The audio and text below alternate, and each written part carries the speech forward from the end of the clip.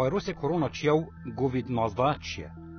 اف ویروسه سر به گروپ ویروس کرونا یک و پرانیا جور نوان ویروسان جانورن شیردار و بالندان بکارت اینن وکو داینگه بومان و زیده بونخو و دم دشنت نفلشیدا هلگری توشی نخوشی دکتنو اف نشانه لیدرد کردن. کخک، تاین دجوار، تنگ نفسی، آزار لشی، دل رابون و زکچون، هودان دجوار سیهانو ده حالت دجوار دا مرنه پیدا دکتن. دگل وی جوری حتانو که حق تخمن ویروس کرونا هاتی نوتیتن. کووید 19 چیه؟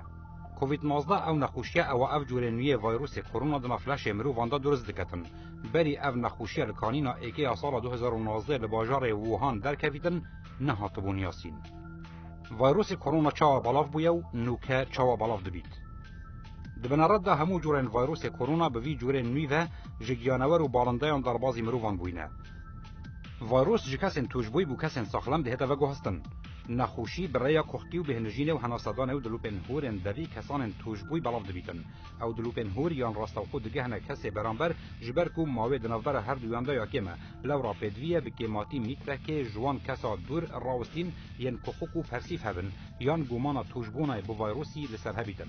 یان جی نراستو خو او دلوپن هور ین جدوی توجبوی کبنه سر تن و تشتن دوروبر و هر کسی دست خوب بکت وان تنو تشتان و پاشان دست خوب بکت دو دفن و سر و چاون خو ده توشی ویروسی بیت.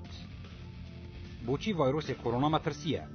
سر رای حولن بردوام بو ودیدنا واکسین دش بله حتانو که هیچ واکسینک نهات کردیتن بو بن برکرنا ویروسی یان حتا ریگریجی لبلاف بوناوی بکتن. پشتی توجبون نخوش به درمان ماه تا چاره سر کرن تنه نیشان و آزار نخوشی دهنه سفک کرن.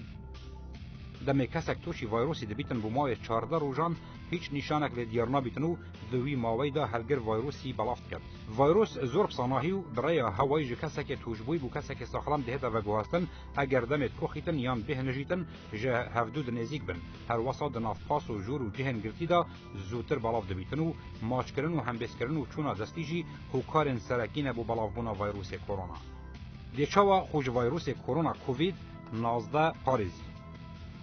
دورکفتن جوان کسین توجبوی و گومان لسر هی هر وسا دورکفتن جوان جهو دورن گوماناوی بو بلافبونا ویروسی دست شوشتن بری خوارنه و پشتی خوارنه و بری دست خوبکه دو دفن و سر و چاون خوب بکار اینانا ماسکا به تایبتی لجهن گشتی و نخوشخانه و لجهه کاری نخواستم اگر هست بهتا کرن و ویروسی لوان جها هاتیه بلاف کرن.